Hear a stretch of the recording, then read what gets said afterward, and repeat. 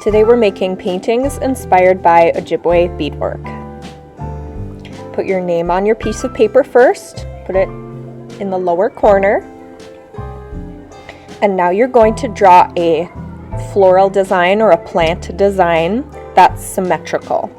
You're going to start in the middle with one big plant or flower.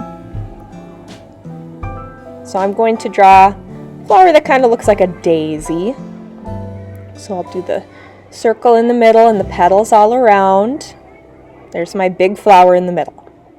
Then you're going to draw about 4 lines coming from each side of the flower. So 8 lines total.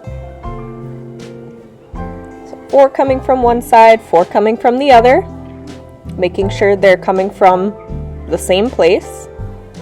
Then you're going to start drawing other flowers and plants on the ends of those lines, making sure that they're symmetrical.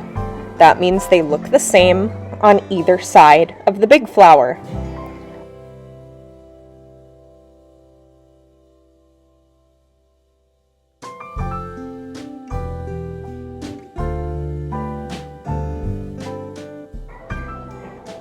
Alright, now I have my symmetrical design. You're going to get 4 Q-tips because you'll have 4 different colors to paint with. You're going to use 1 Q-tip for each color so that the colors don't get all mixed up.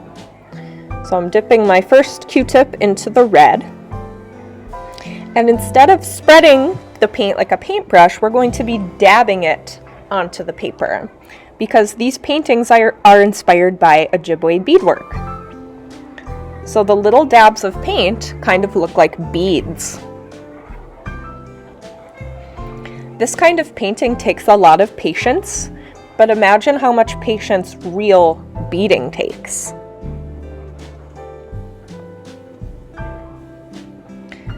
When you want a different color, just set your other Q-tip on the paper towel, pick up a different one, and dip it into a different color. Please be mindful of the Q-tips you're using so that you don't accidentally dip one into the wrong color.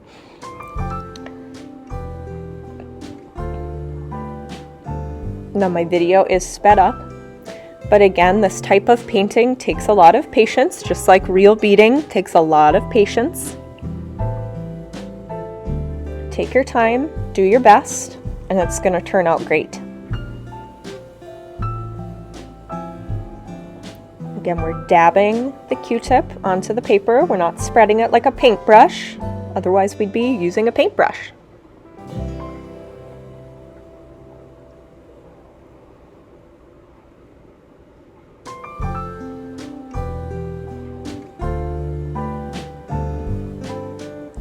We're making sure that when we paint our plants on either side of the big plant, that we're painting them the same on either side because it is symmetrical, just like Ojibwe beadwork.